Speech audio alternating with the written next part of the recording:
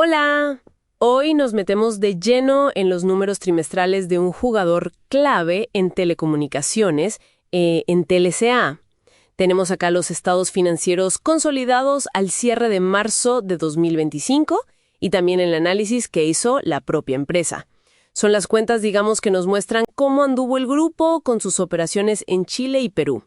La idea es entender qué hay realmente detrás de esos números, más allá del titular. Parece que hubo un cambio fuerte en la utilidad neta, pero ¿eso refleja que el negocio mejoró de verdad? Vamos a ver. Para arrancar, el panorama general. Entel, ofrece servicios móviles, fijos, TI. Lo típico del sector, ¿no? Es chilena, pero con mucha presencia en Perú. Y la controla Almendral S.A. Exacto. Y estos documentos, ojo, siguen las normas internacionales de información financiera, las NIF. Usan la NIC 34, que es la norma para estos reportes trimestrales, los intermedios. Nos dan la foto completa del grupo, digamos. Dale, empecemos con esa foto general. El estado de situación financiera, el balance. Si comparamos con fines del año pasado, los activos totales bajaron un poquito, casi nada, un 1%. ¿Algo para destacar ahí? Sí. Dentro de esa bajadita, lo que más llama la atención es el efectivo. Se más que duplicó. Pasó de unos 80,000 millones de pesos chilenos a 180,000 millones. ¡Wow! ¿En serio? Sí. Y esto contrasta con una caída en otras inversiones financieras de corto plazo, ¿viste? Los activos no corrientes, como antenas, equipos, eso, también disminuyeron un poquito, un 1%. Bien, y del otro lado, las deudas, el patrimonio, ¿qué onda con eso?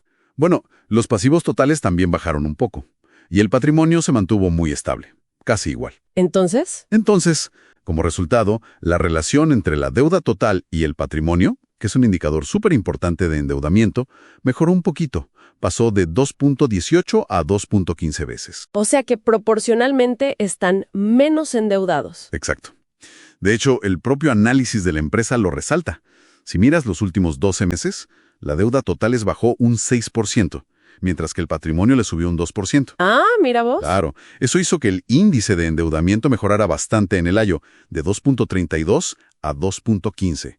Sugiere quizás una gestión financiera más cuidadosa o enfocada en bajar deuda. Ahora sí, vamos al estado de resultados. Acá parece que está la gran noticia, ¿no? Comparando este primer trimestre con el del año pasado. Pasaron de perder como 20,000 millones de pesos a ganar 23,000 millones. Un giro impresionante. ¿Cómo puede ser? Bueno, acá es donde hay que mirar con lupa, ¿eh? Ese salto a ganancias es real, sí, en la última línea del reporte. Pero la historia antes de los impuestos es distinta. A ver. De hecho, la ganancia antes de impuestos fue menor este trimestre. Tuvieron una pérdida antes de impuestos de 6,000 millones, y el año pasado, en el mismo periodo, habían ganado 29,000 millones antes de impuestos. Espera, ¿cómo es eso?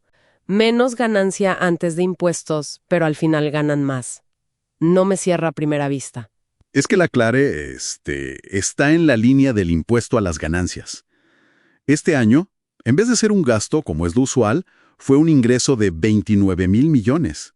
¿Un ingreso por impuestos? Sí, y el año pasado había sido un gasto de casi 50,000 millones. La explicación que da Entel en su análisis es que esto se debe a un efecto positivo del tipo de cambio. Específicamente, la apreciación del peso chileno frente al dólar, y cómo eso impacta en la valorización contable de sus inversiones fuera de Chile. Es un efecto más bien financiero contable, no tanto de la operación del día a día. Ajá, o sea que la mejora final viene por un tema de impuestos y tipo de cambio, no porque el negocio base generara más ganancias antes de impuestos. Qué interesante. ¿Y los ingresos, las ventas, subieron? Sí, eso sí. Los ingresos por ventas crecieron. Pasaron de unos 650,000 millones a más de 700,000 millones de pesos. Y el EBITDA, que es esa medida de la ganancia operativa antes de intereses, impuestos y demás, Sí, el EBITDA. también subió, un 3%, o un 7% si lo ajustas por unos costos de reestructuración que tuvieron que fueron más altos este trimestre. O sea, venden más, la operación genera un poquito más de caja bruta, pero tuvieron mayores gastos financieros. Mencionan algo de valorización de derivados, ¿no? Esos instrumentos de cobertura. Y estos costos de reestructuración que les pegaron al resultado antes de impuestos. Es complejo el cuadro. ¿Y el flujo de caja? El efectivo real que entró y salió. Ahí sí hay buenas noticias. El dinero generado por la operación pura y dura fue mucho mejor, casi 202.000 millones de pesos este trimestre. El año pasado habían sido como 131.000 millones. Ah, bastante mejor. Sí, y el saldo final de efectivo, la caja total, aumentó en 100.000 millones netos este trimestre, mientras que el año pasado, en el mismo periodo, había caído fuerte. Bueno, entonces, resumiendo un poco, tenemos más ingresos, buena mejora en la generación de efectivo operativo, pero una utilidad neta que, aunque es positiva y es un gran cambio, depende mucho de efectos fiscales y de tipo de cambio que, digamos, ocultaron una debilidad en la ganancia antes de impuestos. La gestión de la deuda parece ir por buen camino. ¿Algo más que se nos escape? Sí, un punto importante es el impacto de convertir las cifras de Perú. Como dicen en las notas, la devaluación del sol peruano frente al peso chileno también afecta a los números consolidados cuando traen los resultados de allá por acá.